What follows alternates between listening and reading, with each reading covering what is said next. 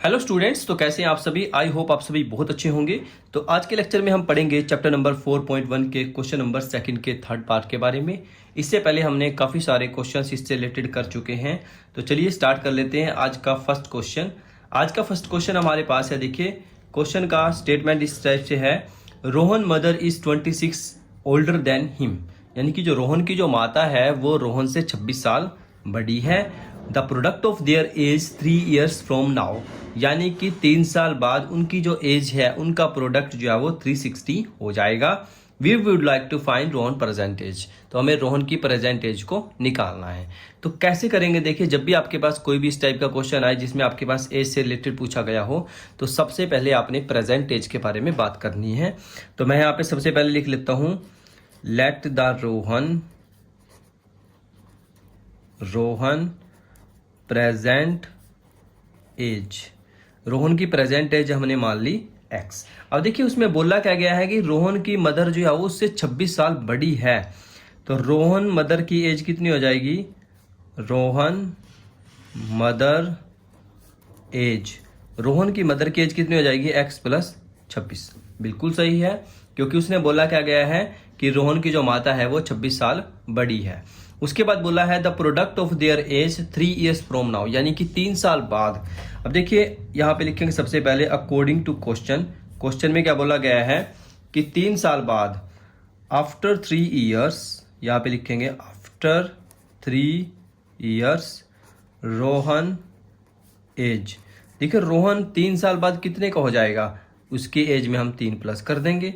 Same ऐसे ही after 3 years, 3 साल बाद रोहन की जो मदर है, रोहन की जो मदर है उसकी एज कितनी हो जाएगी।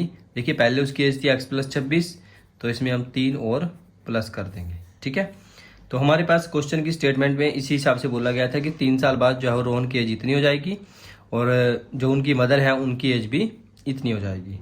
अब देखिए उसमें बोला गया है कि दोनों का जो प्रोडक्ट है एज का, दोनों की एज का जो प्रोडक्ट है वो कितना गिवन है हमें, 360। दोनों की एज का प्रोडक्ट करो, यानी कि x प्लस 3 और साथ में x plus 26 plus 3 is equal to 360। दोनों का हमने मल्टीप्लाई करना है। तो कैसे करेंगे, देखिए x प्लस 3, इसको ओपन करो, यहाँ पे x प्लस 26 और 3 कितने होते हैं, 29 इज इक्वल टू 360। दोनों की मल्टीप्लाई करो, x की x से मल्टीप्लाई करेंगे कितना आएगा, x स्क्वायर, प्लस 29 की x से करेंगे तो कितना आएगा, 29x, प्लस 3 की x से करेंगे तो 3x, प्लस और 29 की 3 से करेंगे तो 87 इज इक्वल टू 360। इस 360 को इधर लेके आ जाओ, एक्स स्क्वायर प्लस 29 और 3 32x plus 87 minus 360 is equal to 0। Open करो इसको, थोड़ा सा सिंप्लीफाई करो, 32x 360 में से हम 87 माइनस करेंगे तो माइनस के 273 आ जाएगा इज इक्वल टू 0। अब यहाँ पे हमारे पास क्या है हमने क्या करना है, ये जो फैक्टर्स बनाने हैं हमें 273 के, ये आप सभी ट्राई कर सकते हैं, बहुत ही आसान है। तो इसके फैक्टर हमारे पास क्या बनने चाहिए, देखो 273 को मैं एक बार आपको प्राइम फैक्टर्स इसके बना के दिखा देता हूँ। 3 में 27, 3 एकम 3 और ये जाएगा हमारे पास 13 पे, 13 सत्ते 91, 7 एकम 7। तो इसके जो फैक्टर हमें चाहिए बीच में 32, तो 32 कैसे आएगा, 13 3 39, 39 में से 7 गए 32। तो यहाँ पे लिखेंगे 39x minus 7x minus 273 is equal to 0। ठीक है, अब क्या करेंगे, दोनों में से हम x कॉमन ले लेते हैं, तो यहाँ पे आ जाएगा x प्लस 39। इन दोनों में से हम क्या कॉमन लेंगे, 7, तो x plus 39 is equal to 0। दोनों में से x प्लस 39 कॉमन ले लेते हैं, तो यहाँ पे मेरे पास बचेगा x minus 7 is equal to 0। तो यहाँ से x की दो वैल्यूज निकल के आएंगी, या तो x प्लस 39 की वैल्यू 0 होगी या फिर x माइनस 7 की वैल्यू 0 होगी। x is equal to minus 39 और यहाँ पे आ जाएगा x इज इक्वल टू 7। तो एज कभी भी हमारे पास नेगेटिव नहीं हो सकती, तो हम इसको नेगलेक्ट करके चलेंगे, तो हमारा राइट आंसर क्या जाएगा, 7।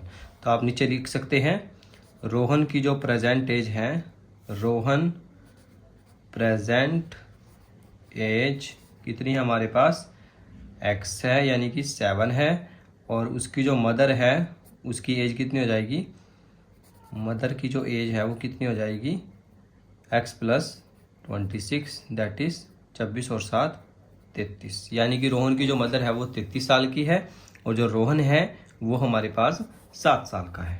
ठीक है, चलिए इससे रिलेटेड एक क्वेश्चन और ट्राई कर लेते हैं हम, जो बहुत इंपॉर्टेंट है एग्जाम पॉइंट ऑफ व्यू से।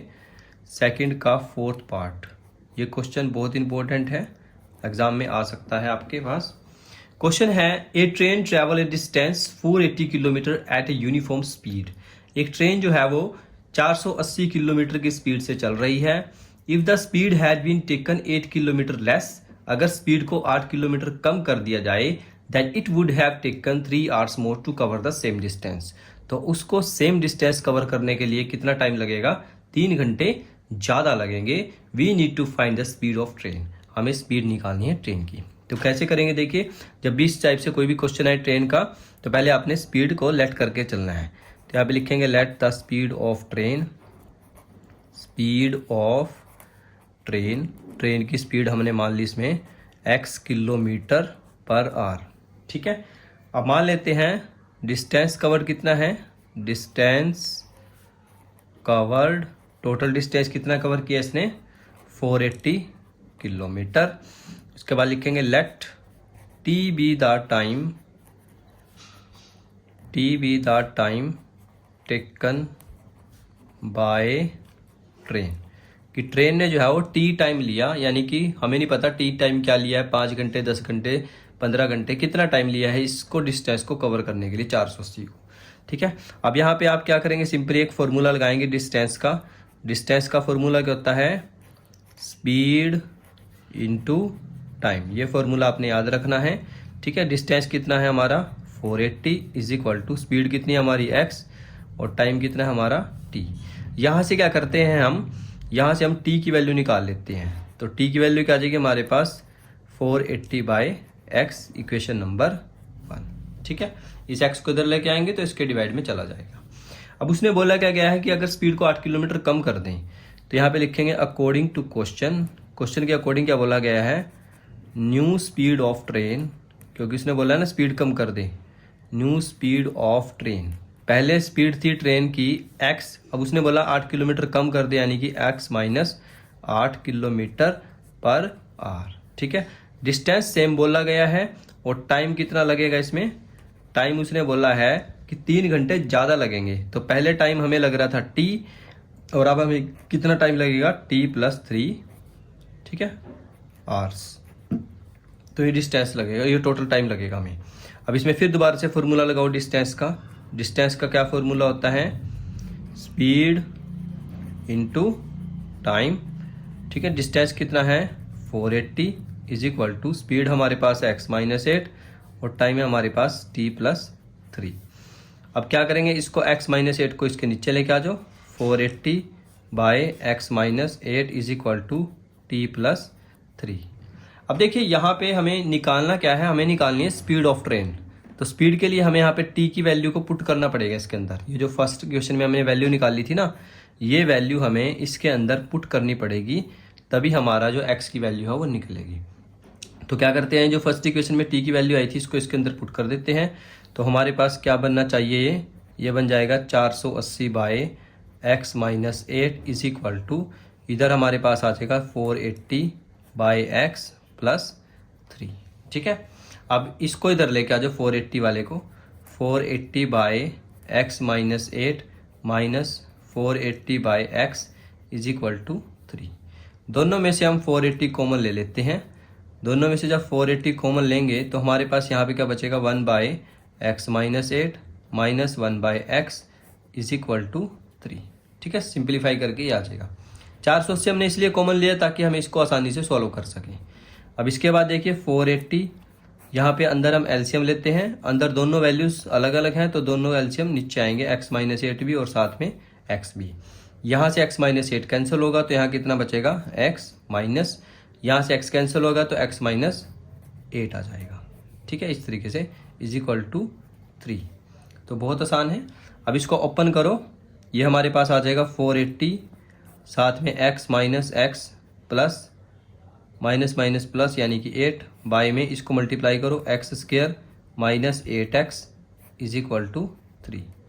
ओपन करो इसको दोबारा से, कितना आएगा? 480 ब्रैकेट में x से x कैंसिल हो जाएगा, ये 8/x² माइनस 8x और इज इक्वल टू में आ जाएगा 3।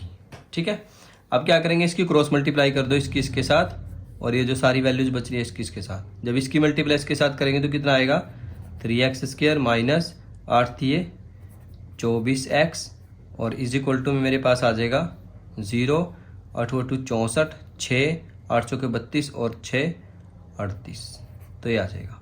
ठीक है, अब इसमें से हम क्या करते हैं, सारी इक्वेशन को 3 से डिवाइड कर देते हैं। तो हमारे पास यहाँ पे लिख लेना आप, डिवाइडिंग दिस इक्वेशन बाय 3। जब इस इक्वेशन को हम 3 से डिवाइड करेंगे तो हमारे पास क्या बचेगा, यहाँ पे x² माइनस 8 थी 24, इसको भी 3 से करो, 3 एकम 3, 3 दूनी 6 और यहाँ पे बचेगा 2, 3 8 24 और इज इक्वल टू 0। तो ये इक्वेशन मेरे पास आ जाएगी फाइनली। अब आपने क्या करना है, इस इक्वेशन को सिंप्लीफाई करना है, इसके हमें फैक्टर्स वगैरह बना के आसानी से हम इसका आंसर निकाल सकते हैं। बहुत ही आसान है। ठीक है, तो ये आप ट्राई कर सकते हैं। तो आज की वीडियो आपको कैसी लगी मुझे कमेंट करके ज़रूर बताएं। कोई भी आपका डाउट है, क्वेश्चन में कोई चीज़ आपको नहीं समझ में आई है तो मैं कोशिश करूँगा, ठीक है, कि आपको अच्छे से और क्लियर से बता सकूँ।